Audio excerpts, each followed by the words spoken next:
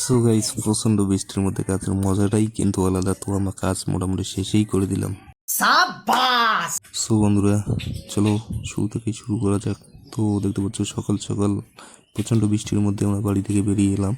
দেখতে পাচ্ছ গাড়ির মধ্যে কিছু সেকশন প্যারামিটার নিয়ে চলতেছি আমাদের গন্তব্যস্থলে। তো ভিডিওটা না টেনে লাস্ট অব্দি দেখতে থাকো।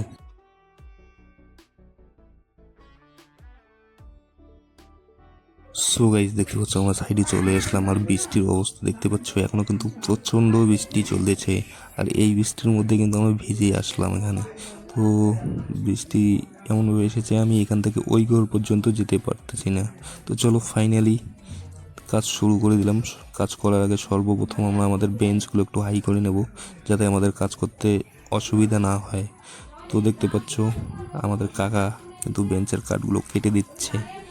তো ফাইনালি গাইস, দেখতে পাচ্ছ আমাদের স্ট্রাকচার কিন্তু এখন কমপ্লিট হয়ে গেল। তো এবার আমরা কিন্তু বোর্ড ফিটিং করা শুরু করব।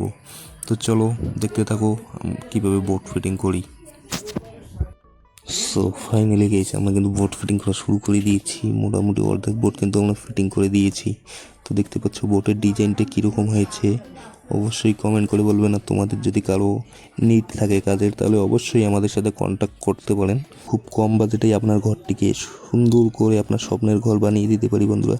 তো দেখতে পাচ্ছ সিলিং আমাদের এখন কমপ্লিট। তো আমাদের কাজটা কেমন হয়েছে অবশ্যই কমেন্ট করে বলবেন। আমাদের পেজে যদি নতুন হয়ে থাকেন, পেজটাকে ফলো করে অবশ্যই আমাদের সাপোর্ট করে পাশে থাকবেন।